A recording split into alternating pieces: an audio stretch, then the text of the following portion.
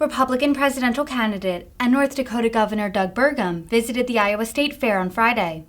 During his visit, the 2024 contender joined fellow governor, Iowa's Kim Reynolds, on stage as part of her Fair Side Chat series with the contenders.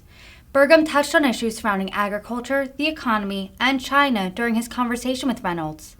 After he visited Texas earlier this month, the 2024 hopeful criticized the Biden administration's policies at the southern border. Every state is a border state.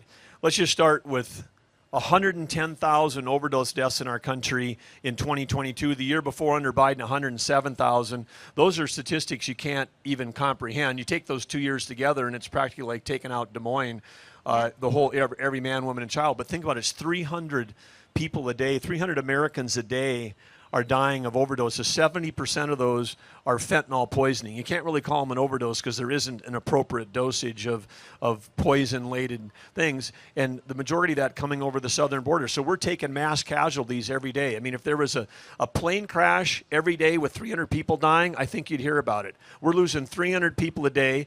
Biden, it took him 2 years to get to the southern border. He also took a moment to outline his energy plan should he win the presidency. First day, number one thing in a Burgum administration on day one, we'd start selling energy to our friends and allies, stop buying it from our adversaries. That's just number one.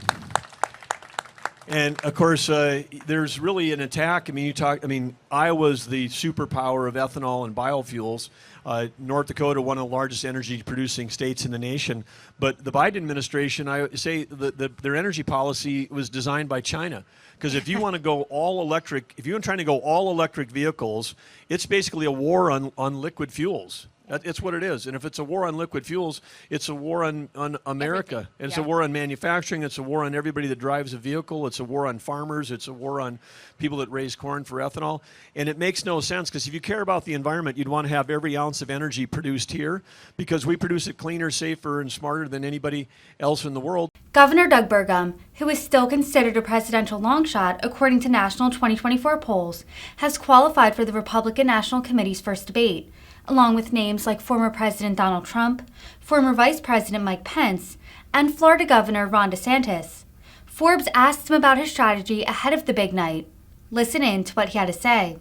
Well, part of the strategy is doing what we're doing right here, which is keep campaigning, keep talking to real Americans about their concerns, and whether it's inflation, which is affecting everybody in this country, it's energy. I mean, everybody's paying too much for their gas or their diesel at the pump. We're just going to keep talking to people about that, because that's what leaders do. You listen to your customers, you understand their problems, and you keep working forward. This is not about locking yourself in a closet and rehearsing lines. I know people think performative politics is sort of the new norm, but I actually think that leadership matters, and leadership begins with understanding the people that you're working for. And when you're in the executive branch, you work for everybody. GOP presidential hopefuls who meet the RNC's qualifications will take the debate stage in Milwaukee on August 23rd.